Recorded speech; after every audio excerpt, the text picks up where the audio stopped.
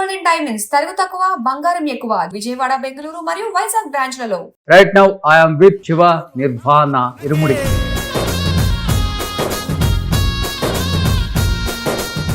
ఈ family life, wife, పిల్లలు అసలు ఏంటి అసలుకి? మా ఫాదర్ అంటే నేను ఒక అమ్మాయిని చూశాను, అర్జెంట్గా వెళ్ళి అమ్మాయిని చూడంటే నేను నో చెప్పడానికి వెళ్ళాను, దైవ నిర్ణయం చూసి అది చెప్పాను. టాటూ ఉంది తన పేరే చూసారా? ఇంకో పేరేసి తూరుకుంటారా, చెక్కేస్తారు. ఫాదర్ ని చూపించారు, ఒక హస్బెండ్ ని చూపించారు, ఒక ఆల్కహాలిక్ ని చూపించారు, రకరకాల వేరియేషన్స్ చూపించారు ఆయన. కానీ కోర్ అంటే ఏమని చెప్తారు అసలుకి? ఫాదర్ ఎమోషన్ చుట్టూ తిరిగే కదా, కానీ ఆ ఫాదర్ అయ్యప్ప స్వామికి భక్తుడు. మల్లెపూల పాలకి ఫస్ట్ ఎక్కల 3-4 సార్లు విన్న తర్వాత ర్యాంప్ రే అనిపించింది.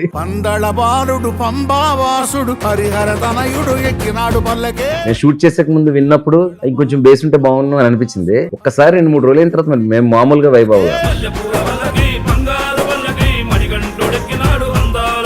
ప్రతి ఒక్కళ్ళు ఎక్స్పెక్ట్ చేస్తుంది ఇప్పుడు ఏంటి అంటే మల్లెపూల పల్లకిలో రామ్ చరణ్ గారు వస్తున్నారు, కనిపిస్తారు. అది బజ్జా లేకపోతే నిజంగానే అసలు ఏం జరగబోతుంది అనేది కొంత రివీల్ చేయగలరు రోషన్ గారు. ఇప్పుడు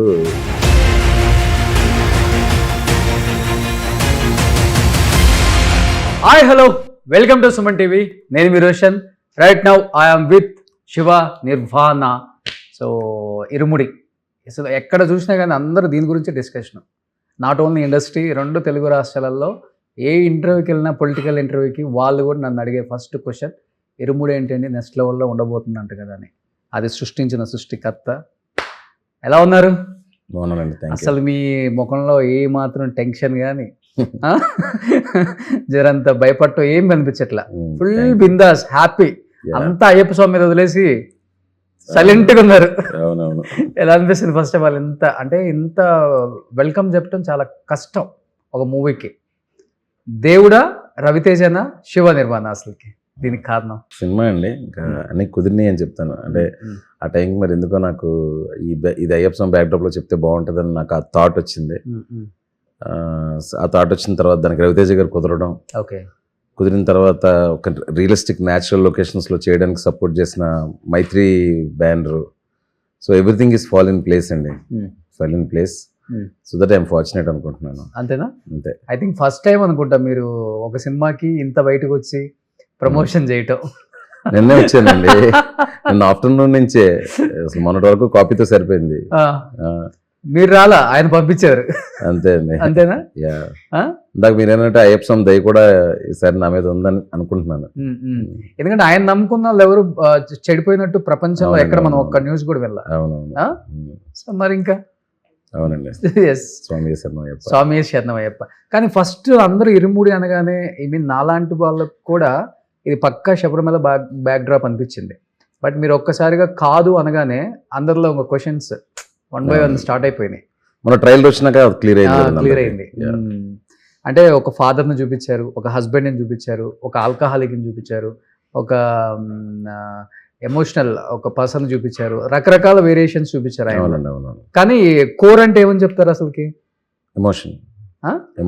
అంతే. అంతేనండి. నేను ఎమోషన్ అనేది అందరికీ ఉంటుంది. ఒక భక్తుడికి ఉంటుంది, ఒక ఫాదర్కి ఉంటుంది, ఒక పాపకు ఉంటుంది, ఒక కుటుంబంలోనే ఒక ఎమోషన్ ఉంటుంది. సో ఒక ఫాదర్ ఎమోషన్ చుట్టూ తిరిగే కదా, కానీ ఆ ఫాదర్ అయ్యప్ప స్వామికి భక్తుడు. ఓకే, అది. సో ఇది అయ్యప్ప స్వామి సినిమా కాదు, అయ్యప్ప స్వామి భక్తుడికి జరిగిన కథ. ఓకే. ఎక్కడ అనిపించింది శివ గారు మీకు ఈ స్టోరీ? అసలు ఎప్పుడు రాసుకున్నారు, ఎవరికి అనుకున్నారు? ప్రతి సినిమా ట్రావెల్లో ఉన్నప్పుడే మనకు చాలా ఐడియాస్ వస్తుంటాయి కదండి. మన దగ్గర ఇప్పుడు 3-4 ఐడియాస్ ఉంటాయి. నెక్స్ట్ ఏ సినిమా చేయాలి, ఎవరితో చేయాలి, ఎలాంటి ఐడియాతో వస్తే బాగుంటుంది అనేది మన ముందు సినిమా ఏ జోనర్ అని దాన్ని బట్టి ఆధారపడి ఉంటుంది. ఖుషి ఏంటంటే కొంచెం urban, light hearted family entertainer లా తీసాను. సో అదంతా ఒక ప్రాసెస్ కదా. ఆ ప్రాసెస్ నుంచి బయటకు వచ్చి ఇంకో కొత్త ప్రాసెస్ లోకి వెళ్తేనే నాకు ఒక ఎంజాయ్మెంట్ ఉంటుంది. సో ఈ ఖుషి అయిపోగానే నేను అనుకున్నది ఏంటంటే ఒక డీప్ ఇంటెన్స్, అంటే డ్యూయెట్లు లేకుండా, కామెడీ సీన్లు ఏమి లేకుండా, రైట్ ఫ్రమ్ ద బిగినింగ్ స్టోరీలో ఉండే ఎమోషన్ స్టిక్ అయ్యి ఒక డీప్ స్టోరీ టెల్లింగ్ చేయాలి, ఒక సిన్సియర్ మేకింగ్ ఉండాలి, దేనికోసం కక్కుతి పడకుండా ఒక సినిమా చేయాలి అని ఒకటి ఉంది ప్రీడిటర్మినైడ్ గా. అప్పుడు నా దగ్గర ఈ ఐడియా ఉంది ఏంటంటే, ఒక హీరో అనేవాడు సంవత్సరం అంతా డ్రంకార్డ్గా ఉంటూ ఒక 41 రోజులు మాలేయాల్సి వస్తుంది ప్రతి సంవత్సరం. అందులోంచి వచ్చే కాన్ఫ్లిక్ట్. ఆ. ఎందుకంటే 41 రోజులు జీవన విధానం వేరు, మిగతా సంవత్సరం అంతా డ్రంకర్డ్గా ఉంటాడు. సడన్ గా 41 days టైం లైన్ లో అతనికి వెళ్ళినప్పుడు అతను వెంటాడే సిచ్యువేషన్స్ ఏంటి, అతను ఏ పరిస్థితుల్లో స్ట్రక్ అయ్యాడు, ఆ పరిస్థితుల్లోంచి ఎలా బయటకు వచ్చాడు, తనకి కూతురికి ఉండే ఎమోషన్ ఏంటి, కూతురు చుట్టూ ఉన్న మిగతా ప్రపంచం ఏంటి, ఆ ప్రపంచంలో మిగతా అమ్మాయిలకి ఏం జరుగుతుంది, ఈ అన్నిటిలో నుంచి ఒక డివోషన్ లేయర్ నుంచి ఎమోషనల్ లేయర్కి, ఎమోషనల్ లేయర్ నుంచి చిన్న క్రైమ్ యాంగిల్ తీసుకొని ఒక సినిమాటిక్ ఎక్స్పీరియన్స్గా కన్వర్ట్ చేసి చేయగలిగే ఒక కెపాసిటీ కథకుందని నమ్మి ఈ కథ చేయాలని డిసైడ్ అయ్యారు. సూపర్. అంటే ఫస్ట్ టైం ఒక ట్రైలర్ చూసినప్పుడు ఇది చాలా ఇయర్స్ తర్వాత నాకు అనిపించింది, అందరికి అనిపించింది కూడా, థియేటర్కి వెళ్ళి పక్కా సినిమా చూడాలనిపించిన ట్రైలర్. అవునండి, అవును. ఐ డోంట్ నో మరి ఏముందో అర్థం అవ్వట్లేదు. అవునండి. ఇప్పుడు ఎవరో ఫోన్ చేసి కూడా అదే అన్నారు చాలా మంది, ఏంటంటే అంతా చెప్పావు కానీ ఏం చెప్పలేదు అని. అంతా చెప్పినట్టే ఉంది కానీ ఏదో వెనక అందులో ఒక డైలాగ్ ఉంటుంది, మన ఊర్లో ఏదో జరుగుతుంది గురుస్వామి అని. ట్రైలర్ అంతా మీకు అన్నా చెప్పాము, అంతా చెప్పాము, కానీ ఏం జరుగుతుంది వెనకాతలు అనేది చూడడం కోసమే ఈ యాంటిసిపేషన్ వస్తుంది అనిపిస్తుంది నాకు. ఓకే. అంటే మీరు అన్నట్లుగానే బయట నుంచి అంటే థియేటర్ లాస్ట్ 40 minutes ఏదో ఆడియన్స్ కన్ను కూడా ఆర్పరని చెప్పారు కదా, అంటే బయటకు వచ్చేటప్పుడు కన్నీలతో వస్తారా లేకపోతే షాక్ గురై వస్తారా? అసలు ఒక ఎమోషనల్ ఎక్స్పీరియన్స్తో వస్తారండి. అన్నీ కూర్చుంటాయి మైండ్లో, what ever the devotion angle, emotional angle అంతా కలిసి ఒక పర్పస్ఫుల్గా ఒక ఎండ్ అయినప్పుడు ఆ పర్పస్ తాలూకా ఫుల్ఫిల్మెంట్తో వస్తారు. ఓకే. యా. ఎన్ని రోజుల్లో రాశారు కథ అసలు ఓవరాల్గా? ఒక 2 months అండి. 2 months ఇరుముడి కథ. యా. సో ఆయన మైండ్లో పెట్టుకొని రాశారా? లేదండి, కథగా రాసిన తర్వాత ఈ మాలలో ఎవరు బాగుంటారు అనుకున్నప్పుడు రవి గారు మీ ఇమేజ్ ఫ్లాష్ అవ్వగానే మా ప్రొడ్యూసర్ రవి గారు నేను అనుకొని రవితేజ గారు బాగుంటారు అని అనిపించి రవి గారికి చెప్పడం జరిగింది కదా. ఓకే. ఫస్ట్ చెప్పగానే ఓకే చెప్పేశారా లేదా చేంజెస్ చెప్పారా? ఆలోచించుకొని చెప్పారా? Single dialogue or single note are నాకు నచ్చిన టెక్నీషియన్తో నేను నమ్మిన కథ తీయడానికి ఆయన చాలా సపోర్ట్ చేయడం కాదు, డిస్టర్బ్ చేయలేదు అసలు. యా. ఎందుకంటే ఫస్ట్ ఆఫ్ ఆల్ అందరూ దేవుడి సబ్జెక్టులు ఓకే చెప్పాలంటే భయపడతారు. అవునండి, అదే అంటున్నానండి, దేవుడి సబ్జెక్టు అదొక లేయర్ మాత్రమే. మీ కథ మీకు 2 గంటల కథ చెప్పాను అనుకోండి, ఒక అయ్యప్ప స్వామి భక్తుడికి సమాజంలో జరిగిన కథ. ఓకే. అంతేగాని ఇట్స్ నోవే రిలేటెడ్ టు శబరిమల, అదేం కాదు. కానీ ఈ సినిమా మొత్తం జర్నీ ఒక 1 year జరిగిందా? జర్నీ అండి ఇట్స్ లైక్ 2 monthsలో రాశానండి. ఇంకొక 2 months హీరో గారికి కథ చెప్పడం, ప్రొడక్షన్ అంతా మాట్లాడుకోవడం అంతా జరిగింది. 5 monthsలో షూటింగ్కి వెళ్ళిపోయాను. లాస్ట్ జాన్లో స్టార్ట్ చేస్తే మొన్న అయిపోయింది. 6 months. సో ఈ 6 monthsలో రవి గారు చెప్పులు వేసుకోకుండా ఉండటం, చికెన్ మటన్ తినకుండా ఉండటం, ఇవన్నీ ఆపేశారని విన్నా, నిజమా? లేదండి, సెట్స్లో వరకు ఆ షూట్ చేస్తున్నప్పుడు ఇప్పుడు ఫర్ ఎగ్జాంపుల్ మేము 300-400 మందితో పాటలు తీసేవాళ్ళం అందరూ స్వామి బట్టల్లో. అవును. ఆ టైంలో మాత్రం ఎక్కడ నాన్ వెజ్ లేకుండా, ఎవరు చెప్పులు లేకుండా అలా చేసేవాళ్ళం. ఓకే. నేను చెప్పడం కాదు, వాళ్ళే తీసేసేవాళ్ళు, ఎందుకంటే ఆ వైబ్ అలా ఉండేది. అవును. అదేమంటారు, ఆ కర్పూరం, ఆ దీపాలు, ఆ స్వాములు, ఆ పాటలకి అందరికి ఒక వైబ్ వచ్చేసేది అనమాట. అవును. నాకైతే మేము వస్తాం షూటింగ్కి, మేము వస్తాం అని వాళ్ళంతా వాళ్ళు వాలంటీర్గా వచ్చేసేవాళ్ళు. ఎందుకంటే 15-20 మంది నార్మల్గా పూజ చేస్తే పడి పూజ గూస్ బంప్స్ వస్తాయి. అసలు 100-120 మంది పడి పూజలో డాన్స్లు ఆడుతూ ఉంటాయి అయ్యప్ప స్వామి పాటలకి, ఎలా ఉంటుంది వైబ్. అవును. అది మీకు ఎక్స్క్లూజివ్గా చెప్తున్నాను. కొన్ని అలాంటి ఒక సీక్వెన్స్లు ఒక థియేటర్లో ఆ సౌండ్ డిజైన్ కానీ, జీవి ప్రకాష్ గారు చేసిన సౌండ్ డిజైన్ కానీ ఆ చిన్న ఒక యుఫేరియా క్రియేట్ చేసే ఉన్నాయి. ఎస్పెషలీ మల్లెపూల పల్లకి సాంగ్. అవును. ఇలా ఆడియోలో వినడం వేరు, థియేటర్లో చూసినప్పుడు ఇంత ఆల్మోస్ట్ 130 members డాన్సెస్ దానికి శేఖర్ మాస్టర్ గారు కంపోజ్ చేశారు. ఓకే. 3.5 minutes ఒక మంచి ఎక్స్పీరియన్స్ ఉంటుంది. స్వతహాగా ఈ స్వాములకి ఆ పాటలు ఇష్టమైన వాళ్ళకైతే ఒక పండగలాగా ఉంటుంది. యాక్చువల్ చెప్పాలంటే మల్లెపూల పాలకి ఫస్ట్ ఎక్కల. అవునండి, అవును. రెండోసారి అందుకే మీకు అన్ని వ్యూస్ వచ్చింది తక్కువ టైంలో. లేదు, అది నాకు ముందే తెలుసు. 3-4 సార్లు విన్న తర్వాత ర్యాంప్ అనిపించింది. డప్పుసిన్ గారి వాయిస్ లో ఆయన ఎప్పుడో 15 years పాడారు రోషన్ గారు. ఆయన 15 years తర్వాత మళ్ళీ పాడిస్తున్నాం. ఖచ్చితంగా వోకల్ కార్డ్స్ అది కొంచెం ఇదవుతాయి కదా, దాంట్లో ఒక చిన్న రెజల్యూషన్ రెండరింగ్ చిన్న తక్కువ అవుతుంది. కానీ అదేదో అతను తక్కువైంది కదా అని చెప్పేసి నేను ఈ వేరే ప్లేబ్యాక్ సింగర్కి వెళ్ళాను అనుకోండి, అప్పుడు మళ్ళీ వీళ్ళే అంటారు, ఏమంటారు, డప్పుసిన్ గారితో ఒరిజినల్ సింగర్ తోనే పాడించాల్సింది కదా, ఎందుకు ఇలా పాడించారు. కొన్ని మనకి కొంచెం అటు ఇటుగా ఉన్నాయండి, ఆ సింగర్ పాడితేనే అది వెళ్తుంది బ్రెయిన్లో. నేను అదే చెప్తున్నాను నిన్న, మన లింగాష్టకం బిల్వాష్టకం అనే శివుడు పాటలు ఉంటాయి. అవును. ప్రభుం ప్రాణనాదం బాష్మణి గారు పాడారు. అంత ఆ పాట ఇంకా చాలా మంది పాడగలగచ్చు, పాడారు. కానీ ఆ వాయిస్ తో అదే వింటే వింటాం మనం. ఇప్పుడు భగవద్గీత మనకి ఎక్కడ ఊర్లోకి వెళ్ళా ఘంటసాల వాయిస్ గా తినిపిస్తుంది కదండి. అవును, ఆ వాయిస్ అలవాటు అయిపోయి ఉంటుంది మనకి. దాన్ని సడన్ గా మార్చి మనం ఏ ప్లేబ్యాక్ సింగర్ తో వెళ్తే అది ఇంకా రివర్స్ అయ్యే ఛాన్సెస్ ఉంటాయి. ఎస్పెషల్లీ గాడ్ సాంగ్స్ ని అసలు వినలేము. వినలేం. సో నాకు తెలుసు చిన్న బేస్ అది తగ్గిందని, కానీ అప్పుడు నేను ఒక డెసిషన్ తీసుకోవాల్సిన పరిస్థితి. ఓకే ఒక ప్లేబ్యాక్ సింగర్కి వెళ్దామా, ఆయనతోనే పాడిద్దామా. ఓకే నా గట్ ఫీలింగ్ ఏదైతే అనుకున్నానంటే ఒక 2-3 రోజులు పడుతుంది. ఎందుకంటే మాకు అది జరిగింది. మేము షూట్ చేసే ముందు విన్నప్పుడు ఇంకొంచెం బేస్ ఉంటే బాగుండు అని అనిపించింది. ఒక్కసారి 2-3 రోజులు అయిన తర్వాత మేము మామూలుగా వైభవ్లా. ఓకే అసలు మాకు షూటింగ్ ఎంత కూడా అనిపించలేదు వస్తే స్టార్ట్ అయ్యాక. But it took time for us also okay to believe that it is working, that is really worked. Oh so అదే సోషల్ మీడియాలో కూడా జరుగుతుందని నాకు ముందే తెలుసు. అవును కానీ బట్ వినగా బాగా ఎక్కిందండి. ఎక్కేస్తుంది. నేనున్నాను, నేను డైలీ ఒక 2-3 టైమ్స్ వాకింగ్ లోనే యా, ఎక్కేస్తుంది. రేపు సినిమా చూసినప్పుడు అండి, మీరు ఏదో ఒక బిట్లుగా రెవెన్ డాన్స్ చూసారు, ఒక ఫ్లోలో 3.5 minutes ఆ డాన్స్ గానీ, అవును, ఆ అయ్యప్ప స్వామి ఆ పల్లకి ఊరేగింపు, అవును. ఇదంతా అద్భుతంగా ఉంటుంది బిగ్ స్క్రీన్ మీద. కానీ ప్రతి ఒక్కళ్ళు ఎక్స్పెక్ట్ చేస్తుంది ఇప్పుడు ఏంటి అంటే మల్లెపూల పల్లకిలో మన బంగారు పల్లకి ఈ సాంగ్ లో రామ్ చరణ్ గారు వస్తున్నారు కనిపిస్తారు అనేది ఒక బజ్ క్రియేట్ అయిపోయింది బయట. అవునవును. అది బజ్జా లేకపోతే నిజంగానే అసలు ఏం జరగబోతుంది అనేది కొంత మీకు రివీల్ తెలుసు కదా చేయగలరా? రోషన్ గారు, ఇప్పుడు సోషల్ మీడియాలో ఎలా ఉంటుందంటే ఎవరో ఒక న్యూస్ స్టార్ట్ చేస్తారు, ఆ ఏరియాలో ఇంట్రెస్ట్ వాళ్ళందరూ దానికి లైక్లు కొట్టడం స్టార్ట్ చేయడంతో మనకి ఒక లూప్ లాగా ఒక వైరల్ న్యూస్ వెళ్తుంది. మళ్ళీ అది ఫేక్ న్యూస్ అని తెలిసిన తర్వాత మళ్ళీ నార్మల్ అవుతుంది. ఇది ఒక ప్రాసెస్ కదా సోషల్ మీడియాలో. ఓకే ఎవరో ఒక స్టార్ట్ చేశారు న్యూస్, దాన్ని అలా స్ప్రెడ్ సీక్రెట్ రివీల్ చేయట్లేదు కదా మీరు ఇప్పుడు ఇంకా? ఏం సీక్రెట్? లేరా రామ్ చరణ్ గారు ఉన్నారని లేరు. నేను ఎప్పుడో క్లారిటీ ఇస్తాను కదా మొన్నే. మేబీ మేము అనుకోవటం ఏంటంటే ఆయన కూడా ఎక్కువ మాలేసుకుంటారు, ఆ సెంటిమెంట్ అందువల్లే కనెక్ట్ అయ్యి ఎక్కువ మంది నమ్మారు. ఓ పెట్టినోడు తెలుసు అబద్ధం అని, ఫస్ట్ పెట్టినోడికి అబద్ధం తెలుసు, వాడిని ఫాలో అయిన వాళ్ళకి మాత్రం నిజం అనుకున్నారు.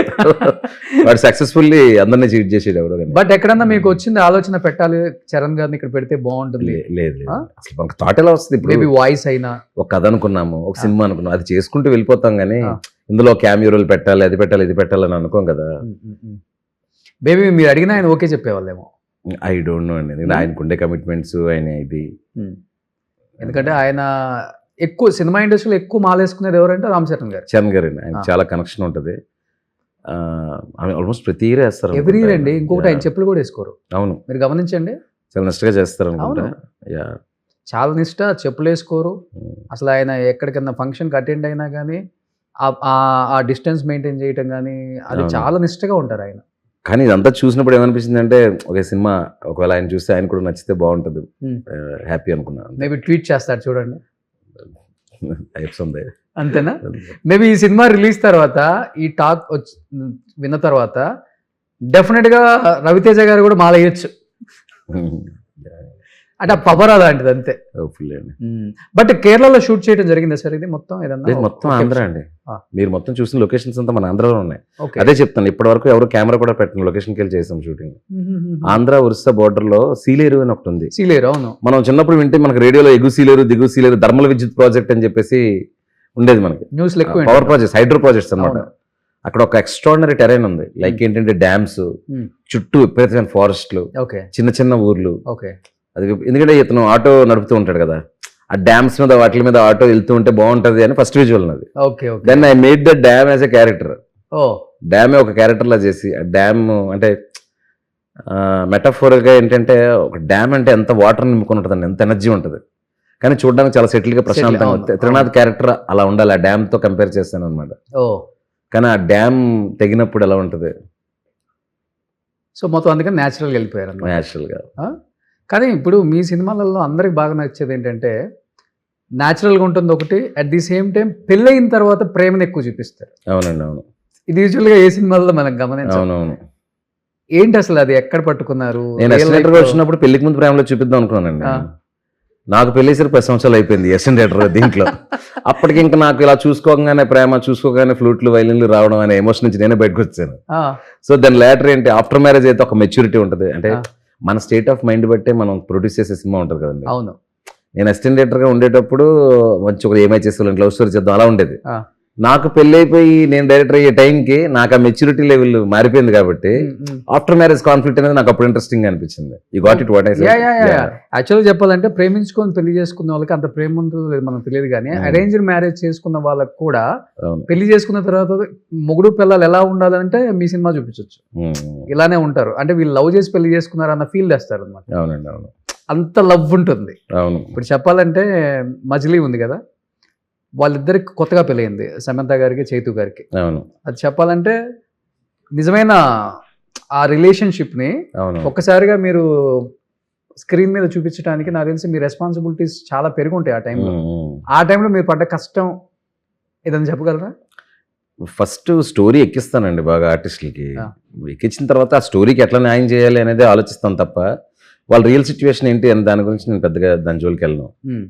ఆ స్టోరీకి ఏం కావాలి, నేను రాసుకున్న స్టోరీకి మీరు ఏం చేయాలి, మనందరం కలిసి ఏం చేయాలి అనేదే నాకు మోటో తప్ప ఇప్పుడు రియల్ లైఫ్ సిచ్యువేషన్స్ని ఇందులో తీసుకొద్దాము వీలైనంత దూరంగా ఉంచుతాను. ఇంకా చెప్పాలంటే యాక్చువల్గా క్యారెక్టర్స్ లాగే పెట్టుకుంటూ రాద్దాం అనిపిస్తుంది. సో ఆ క్యారెక్టర్స్ మనకు చూసేటప్పుడు రియల్ లైఫ్ స్టోరీ లాగా కనిపిస్తుంది, అలా డిజైన్ చేస్తారు. అంతేనండి, ఆర్టిస్టులు రియల్గా అనిపించాలి. మోల్డ్ చేయడం ఏం కాదండి, వాళ్ళందరూ పర్ఫార్మర్స్ కదా, చెప్పేది క్లియర్గా చెప్పాలి, బ్రీఫ్ కరెక్ట్గా చేయాలి. ఈ సినిమాలో శ్రావణి క్యారెక్టర్ నేను ఇలా ఉండాలనుకుంటున్నాను అని శామ్ గారికి చెప్పి తిని ఇలాంటి విషయాలు ఇలా రియాక్ట్ అవుతుంది. ఎంతో పెద్ద గొడవ జరిగితే కానీ ఒక 2 మాటలు మాట్లాడిన ఒక సెటిల్డ్ క్యారెక్టర్ ఇలా మనం ఇన్పుట్స్ ఇస్తే వాళ్ళని చేసేస్తారు. మనం యాక్టింగ్ చేసి చూపించక్కర్లేదు, దే ఆర్ ఆల్ ఆర్టిస్ట్ కదా. చెయ్యి ఉన్నారు అని చెప్పినప్పుడు ఒక ఎఫెక్ట్ అయిపోయి ఒక లవ్ బ్రేక్లో ఎఫెక్ట్ అయిపోయిన క్యారెక్టర్ ఇలా ఉంటే బాగుంటుంది, ఇలా ఉంటే బాగుంటుంది. సో క్లైమాక్స్ వరకు అది మెయింటైన్ చేయాలన్నప్పుడు వాళ్ళకి అర్థమైపోతుంది క్యారెక్టర్కి ఏం కావాలని, వాళ్ళ యాక్టర్స్ కాబట్టి. అండ్ వాళ్ళు ఆ క్యారెక్టర్లోకి వచ్చేస్తారు, ఇంకా ప్రతి సీన్ చెప్పక్కర్లేదు ఇంకా. కానీ చాలా మంది చెయ్యిని మజిలీ ముందు మజిలీ తర్వాత అని కూడా కంపేర్ చేశారు.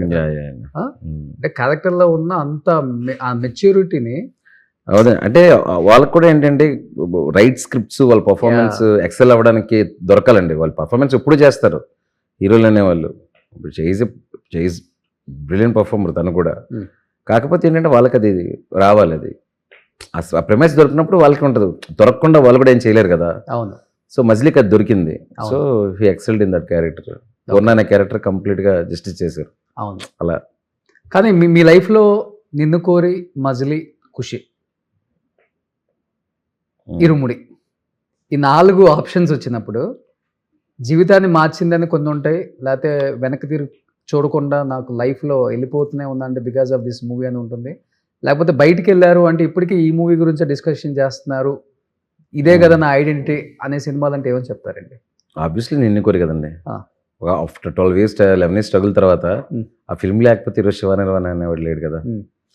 అఫ్ కోర్స్ ఏదో సినిమా చేస్తానేమో, కానీ ఒక నాని గారు లాంటితో అంత బ్యూటిఫుల్ లవ్ స్టోరీ చేసే అవకాశం నాకు రోజు వచ్చింది. I'm so blessed.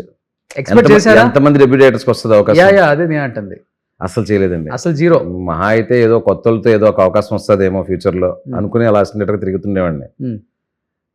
అప్పుడు నేను ఏదో 2 షార్ట్ ఫిల్మ్స్ చేయడం, అది ఎవరో చూసి కోన వెంకట గారికి పంపించడం, ఆయన కొంచెం పుష్ చేసి నన్ను నాన్నగారి దగ్గర తీసుకెళ్ళడం, that way it happen. 12 years struggle ఒక రోజులో ఒక కథతో ముగిసింది. మీ కాలేజీలో కానీ లేకపోతే మీ రియల్ లైఫ్లో కానీ ఏమైనా చూసారండి ఆ నిన్ను కోరి లాంటి స్టోరీ?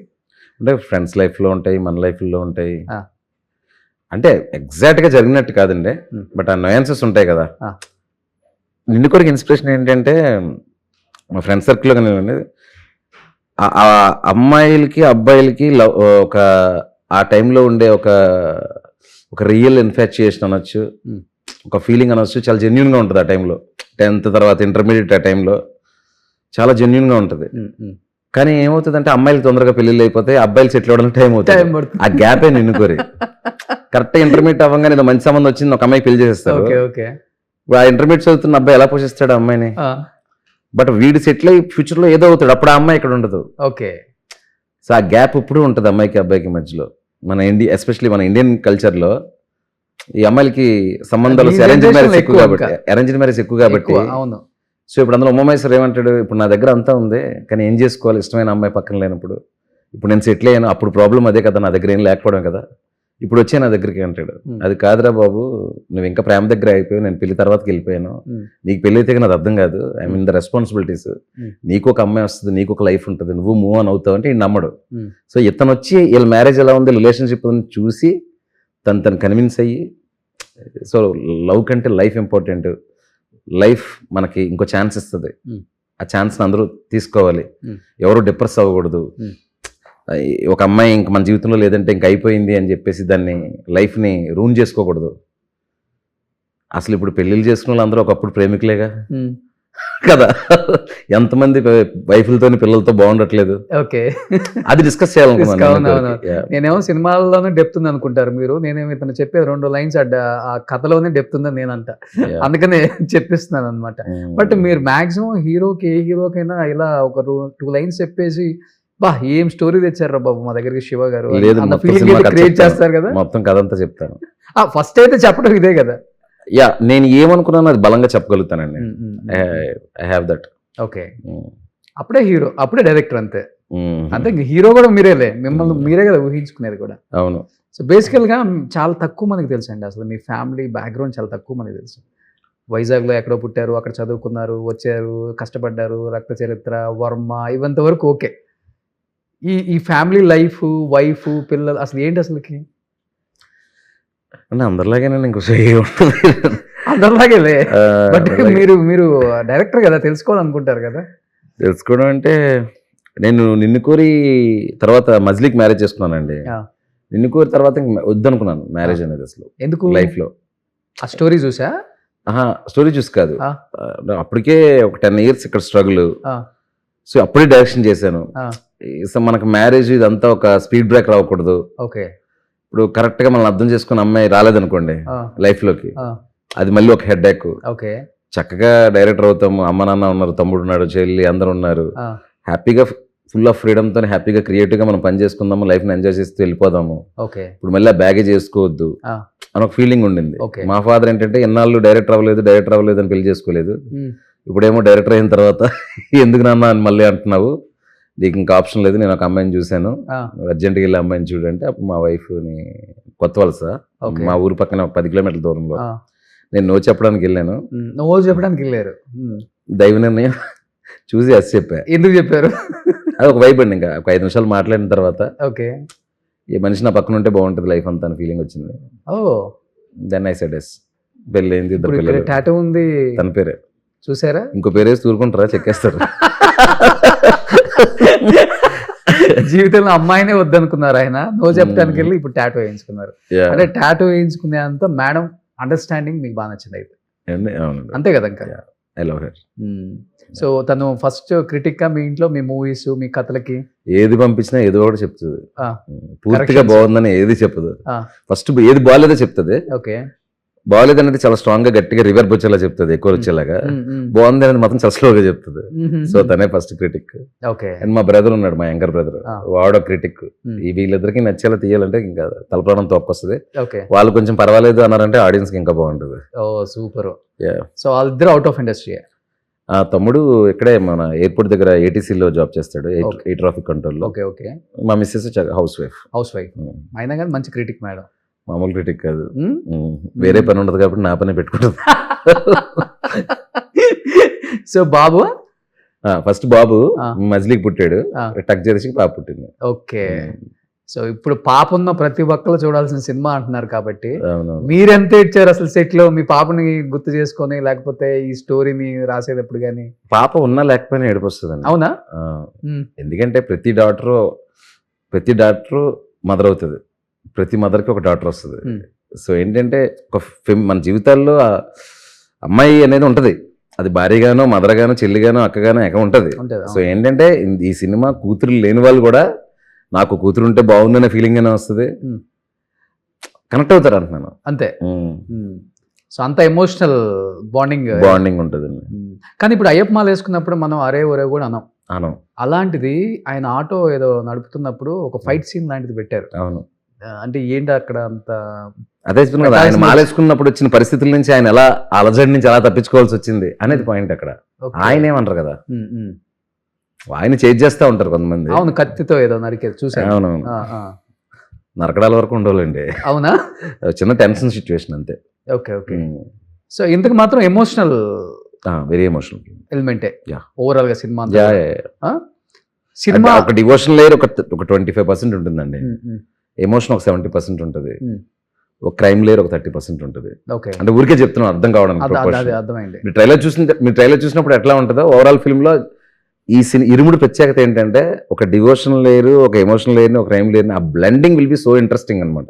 ఓకే, ఒకవేళ ఆ బ్లెండింగ్ కుదరకపోతే మీకు ట్రైలర్కే బ్యాక్లాష్ వస్తుంది. అవును. సో ట్రైలర్ ఎందుకు అంత అందరికీ నచ్చి ఈరోజు యాంటిసిపేషన్ ఇరుముడి చూడాలని ఎందుకు వచ్చిందంటే అసలు ఏ డివోషన్ ఏంటి, ఎమోషన్ ఏంటి, దాని జనకథలు ఉండే ఒక క్రైమ్ లేయర్ ఏంటి, అన్ని క్వశ్చన్ మార్కులు ఉన్నాయి. So to know the answers people will watch the film. So అందరేమో ఇరుముడి. ఎల్లుండు చిరంజీవి గారి బర్త్డే ఉంది, రామ్ చరణ్ గారు ఆ సాంగ్లు అలా కనిపిస్తున్నారు. సో రవితేజ గారు చిరంజీవి గారు combination already super duper hit Waltair మళ్ళీ ఇక్కడ చూపిస్తున్నారు శివ గారు. సో హ్యాట్సప్ టు శివ గారు. ఫ్యాన్స్ అందరం పండగ చేసుకోవచ్చు. నిజంగానే నమ్మారా? నేను మొన్న చూసి పెద్దగా నేను సోషల్ మీడియాలో వెళ్ళను, అవును, మొన్న ఫీడ్ వస్తుంది. నేను ఏదో 2-3 చూసి ఎవరో పెట్టుకుంటారులే ఫ్యాన్స్ వాళ్ళందరూ. పైగా చరణ్ గారికి సొమ్మాలు వేసి అలవాటు ఉంది కదా. మనకు మామూలుగా మీకు గుర్తుంది అది కార్తీది నుదుట్టిన కస్తూరి తిలకం అని ఒక పాట ఉంటుంది. అప్పుడు అలా అందరు హీరోలకు పెట్టి చేశారు, అలా ఏదో చేస్తున్నారు అనుకున్నాను నేను. తర్వాత మన వంశీని ఎవరో చెప్పారు, అన్న ఫుల్గా అనుకుంటున్నారు అన్న రామ్ చరణ్ గారు ఉన్నారని. అంటే తొందర క్లారిటీ ఇవ్వందంటే అప్పుడు నేను అది క్యూబిక్ పంపించడంలో ఉన్నాను. ముందు సినిమా అవనమండి బాబు అని చెప్పి నిన్నప్పుడు ఏదో ఇంటర్వ్యూలో డిస్క్లోజ్ చేశాను మొన్న. రామ్ చరణ్ గారు ఉండడం అలాంటిది ఏం లేదండి అని చెప్పాను. కానీ సినిమాలో మీరు కొరియోగ్రఫీ చేశారని నేను విన్నా. కష్టం అనిపించిందా లేకపోతే దేవుడు? కొరియోగ్రఫీ అంటే మా వాళ్ళు యాక్చువల్ గా కొరియోగ్రాఫర్ అని వేసేసారు, కానీ నేను ఎన్నికో నుంచి నా సాంగ్స్ అన్ని నేనే తీస్తాను. రాశారు కూడా కదా? అవసరమైనప్పుడు లిరిక్స్ రాస్తాను. నేను రాయగలను ఆ పాట అనుకున్నప్పుడు.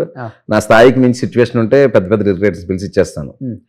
ఇంకా సాంగ్స్ అంటే అండి నేనే తీస్తాను. ఆ సినిమా నిన్ను కోరి సాంగ్స్ నేనే తీస్తాను, మజిలీ సాంగ్స్ నేనే తీస్తాను.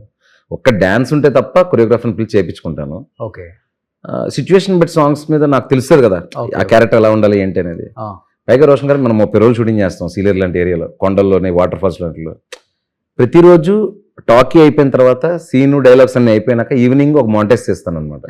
ఎందుకు మళ్ళీ ఆ లొకేషన్కి మళ్ళీ రాము, సన్లైట్ ఆ లైట్ అది బాగా వచ్చినప్పుడు హీరో గారిని పాపని రమ్మని చెప్పేసి అక్కడ ఒక షాట్ తీస్తాను. మీకు ఓవరాల్ గా షెడ్యూల్ అంతా అయిపోయేసరికి ఆ 4 నిమిషాల పాటలు అన్ని లొకేషన్లో ఉంటాయి. మీకు ఒక కొరియోగ్రాఫర్ని పిలిచి అలా చేయడానికి అవ్వదు కదా. 40 రోజులు ఎందుకు ఉంటాడు మనతో కొరియోగ్రాఫర్? అతను ఉంటాడు కానీ ప్రొడ్యూసర్ ఉంటాడు. సో మీరు ప్రొడ్యూసర్స్ డైరెక్టర్ అనమాట. 200% అతను ఉంటే కదండి. అంతే కదా. సో ఆ క్లారిటీ ఉంటే చాలండి. I always stick to my producers comfort.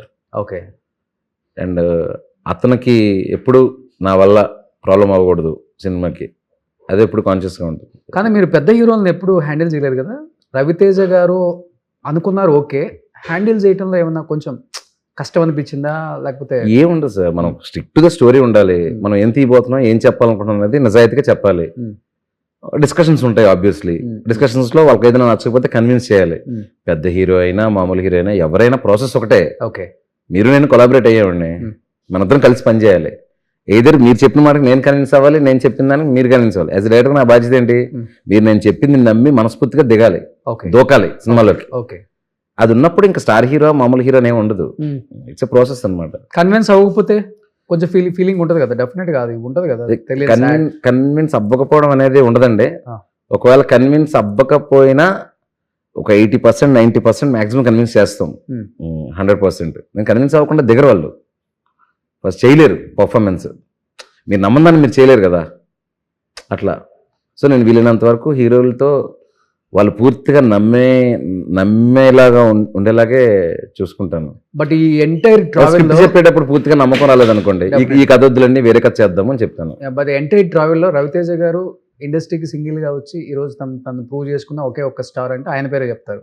Nani అయినా ఇంకొకళ్ళైనా ఇండివిజువల్గా వచ్చిన వాళ్ళందరికి ఇన్స్పిరేషన్ ఆయనే. ఈ జర్నీలో మీరు ఆయన దగ్గర నుంచి నేర్చుకుంది ఏంటి, అది దేనికి ఉపయోగపడుతున్న జీవితంలో అనిపించిన అంశం అండి? రవణలో ఏదైనా నేర్చుకోవాలంటే ఆయన ఒకటేనండి, సినిమా ఒకటే జీవితం కాదు. సినిమా కానీ జీవితం కూడా అది కూడా బాగుండాలి.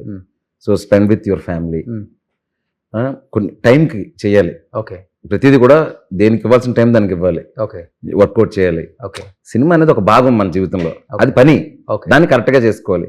మిగతా జీవితం బాగా చేసుకో, హెల్త్ బాగా కాపాడుకోవాలి, కేర్ఫుల్ ఉండాలి, లైఫ్ అటెంటివ్ గా ఉండాలి. టైంకి రెస్పెక్ట్ ఇవ్వాలి. ఓకే అవతలోడు వేస్ట్ టైం నువ్వు వేస్ట్ చేయకూడదు, Hmm. నీ టైంని వేస్ట్ చేసే అవకాశం అవతలోడికి ఇవ్వకూడదు. ఓకే అది ఆయన ఏంటంటే తెలిసింది ఒకటే, ఇప్పుడు 9 o'clock ఇచ్చారనుకోండి మనకు టైం నరేషన్కి, కరెక్ట్గా 2 minutes ముందు అలా అలా లోపలికి వస్తారు. ఓ 9కి 2 minutes ముందే. ఆ. ఇన్నిసార్లు సెట్లో కానీ బయట కానీ ఉన్నాను, చెప్పిన టైంకి ఒక్క నిమిషం కూడా లేట్గా రారు. ఫుడ్ తింటా ఉంటారు. అదే సార్ చెప్పండి షార్ట్ రెడీ అని అంటే, హీరోలు ఏముంది మనం ఏమంటాం, 10 నిమిషాల తర్వాత కూడా రావచ్చు. అమ్మ ఎవరు పక్కన ఎవరున్నా కూడా ఓకే సార్ షార్ట్ రెడీ అని వచ్చేస్తారు. ఇన్ని సినిమాల తర్వాత కూడా ఓకే ఏదైనా నేను యాక్చువల్గా చాలా అటెంటివ్గా ఉంటాను, చాలా టైం ఎవరైతే వేస్ట్ చేయకూడదన్న ఫీలింగ్లో ఉంటాను. ఆయన చూశాక ఇంకా అది పీక్ అనిపించింది నాకు. ఓ వెరీ డిసిప్లిన్. సూపర్. సో ఇప్పుడు 12-13 సంవత్సరాలు స్ట్రగ్లింగ్ పడ్డారు కదా మీరు. ఇప్పుడు వస్తున్న డైరెక్టర్స్ అందరూ కూడా ఒక అసిస్టెంట్ డైరెక్టర్గా, ఒక కో డైరెక్టర్గా ఎక్కడ చేయకుండా డైరెక్ట్గా సినిమా తీసేస్తున్నారు, అవకాశాలు ఇచ్చేస్తున్నారు, హిట్లు కొట్టేస్తున్నారు. ఎలా అనిపిస్తుంది ఇది చూస్తున్నప్పుడు? ఆ టైంలో ఇంత సోషల్ మీడియా ఎక్స్పోజర్గా నేను లేదు కదండి. Okay. ఇప్పుడు ఎవరైనా ఒక షార్ట్ ఫిల్మ్ లింక్ పెట్టొచ్చు నాకు, చాలా ఒక ప్రొడ్యూసర్కి చాలా బాగుంది కదా అని, ఏది స్టోరీ నరేషన్ పంపించు, లేదంటే సినాప్సిస్ పంపించు, లేదంటే తను ఏదో తను అనుకున్న ఫిల్మ్ నుంచి ఒక ట్రైలర్లా కట్ చేసి చూపించవచ్చు. అప్పుడు అన్ని ఆప్షన్స్ లేవు కదండి. ఈ కృష్ణానగర్ ఇదంతా రోడ్ల మీద నడుచుకుంటూ వెళ్ళడం, డైరెక్టర్ ఆఫీసులు బయట దండ కట్టుకుంటూ 10 రోజులు అలా డైరెక్టర్ కనపడడం, ఒక సంవత్సరం పాటు కనబడితే ఒక రోజు పిలిచేవాళ్ళు, ఓకే ఎందుకే సంవత్సరం తిరుగుతున్నాం నా దగ్గర అని. ఈ రోజుల్లో అంత ఓపికలు లేవు కదండి. ఓకే ఎవ్రీబడి ఈజ్ లైక్ ఎవడో టైం వేస్ట్ చేసుకోవడానికి ఇష్టపడ్డారు. టెక్నికల్ గా అంత బాగుంది అనిపిస్తుందా సినిమా చూసినప్పుడు? డైరెక్టర్ దొరికేస్తున్నాడా ఎవరు ఇప్పుడు కొత్తగా వచ్చేవాళ్ళు? ప్రతి శుక్రవారం మంచి డైరెక్టర్ వస్తున్నాడు కదండి. ఇప్పుడు మన లెనిన్ వచ్చింది, ఆయన మంచి సినిమా తీసాడు. అలాగే లేదండి, ఇప్పుడు ఇంతకుముందు బాగుండేది ఇప్పుడు బాగలేదు అలా ఏమి ఉండదు. ఇప్పుడు పాత నీరు వెళ్తూ ఉంటుంది, కొత్త నీరు వస్తూ ఉంటుంది. అప్పుడు బ్యాడ్ అండ్ గుడ్ ఉంటుంది, ఇప్పుడు బ్యాడ్ అండ్ గుడ్ ఉంటుంది. It's an eco system. అంతే. యా. సో సినిమాకి టైం ఎక్కువ తీసుకుంటారు కదా మీరు, అంటే రాయడానికి తక్కువ టైమే తీసుకుంటానండి. బట్ నేను చేయాలనుకున్న స్పేస్లో అప్పుడున్న హీరో ఎవరు, ఓకే ఆ ప్రాజెక్ట్ మెటీరియలైజ్ అయ్యే ప్రాసెస్లో కొన్ని సెట్ అవ్వవు ఒక్కొక్కసారి. ఓకే ఓకే మనం ఒక కథ అనుకుంటాం, జస్ట్ ఎవరు ఎలా వస్తుంటుంది అంటే గ్యాప్, మనం ఒక పోలీస్ ఆఫీసర్ కథ అనుకున్నాం, ఎగ్జాంపుల్ చెప్తున్నాను. మనం హీరో చాలా బాగుంటుంది, వెళ్ళంగానే ఏమంటారంటే వేరే వాళ్ళెవరో అలాంటి బ్యాక్డ్రాప్ లేదు కథ చెప్పుండొచ్చు, లేదంటే ఇంతకుముందు నేను చాలా సినిమాలు చేసి ఇంకో కథ చెప్పు శివ అనొచ్చు. అట్లా రకరకాల కారణాల వల్ల టైం లైన్స్ అప్పుడప్పుడు లేట్ అవుతుంటాయి. అదే మీరు అనుకున్న హీరోతో చేయాలని మీకు ఉంటుంది డ్రీమ్. నాకు ఎట్లా ఉంటుందంటే హీరో నన్ను పూర్తిగా నమ్మి కంప్లీట్గా దిగాలి కథలోకి అనేది ఎక్కువ ఉంటుంది అనమాట. ఓకే అది ఒక్కొక్కసారి మనం చెప్పిన స్క్రిప్ట్ వాళ్ళకి పూర్తిగా సాటిస్ఫైడ్ అనిపించకపోవచ్చు, బలవంతం చేసి వృద్ధన్ అనమాట. ఓకే ఓకే ఇంకో స్క్రిప్ట్ రాసుకొని వస్తానని చెప్తా. ఓకే అలా. సో ఈ జర్నీలో మీకు ఒక పెద్ద స్టార్ హీరో మంచి కాంప్లిమెంట్, ఈ సినిమా సూపర్ తీసావు, ఈ ట్రైలర్ చాలా బాగుంది, నీకు మంచి ఫీచర్ ఉంది, కలిసి మనం సినిమా చేద్దాం అని చెప్పిన ఏదైనా star hero, any star hero?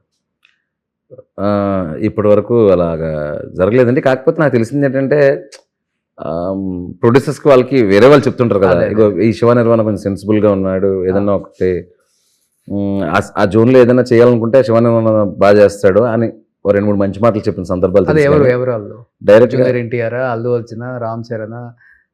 Beginning లో బన్నీ గారు నిన్నుకోరు తర్వాత వచ్చి అప్రిషియేట్ చేసి ఆయనకి మంచి కథ కూడా చేయమని అడిగారు. కుదరలేదు అప్పుడు, అంటే వెంటనే నేను రాయలేకపోయాను ఆ స్థాయి కదా. ఆయన అంటే స్థాయి ఇన్ ద సెన్స్ ఏంటంటే నేను ఇది నాకే అదిరిపోయింది ఇది అవును అనిపించే ఫీలింగ్ రాలేదన్నమాట. 2-3 ట్రై చేశాను. సో అన్లెస్ అంతేనండి. నెక్స్ట్ మీ కాంబినేషన్ ఎక్స్పెక్ట్ చేయొచ్చు అయితే మేము. ఎవరిదండి? మీది బన్నీది. ఏంటి ఏదైనా మన సిచ్యువేషన్ బట్టి, మనం తీసిన సినిమాలు బట్టి ఇది ఉంటుంది. ఆల్రెడీ బయట రాకుందండి సినిమా తర్వాత మీరే 100 కోట్ల క్లబ్ లోకి వెళ్ళిపోతారని. నేను అలాంటి వాటికి దేనికి పడను.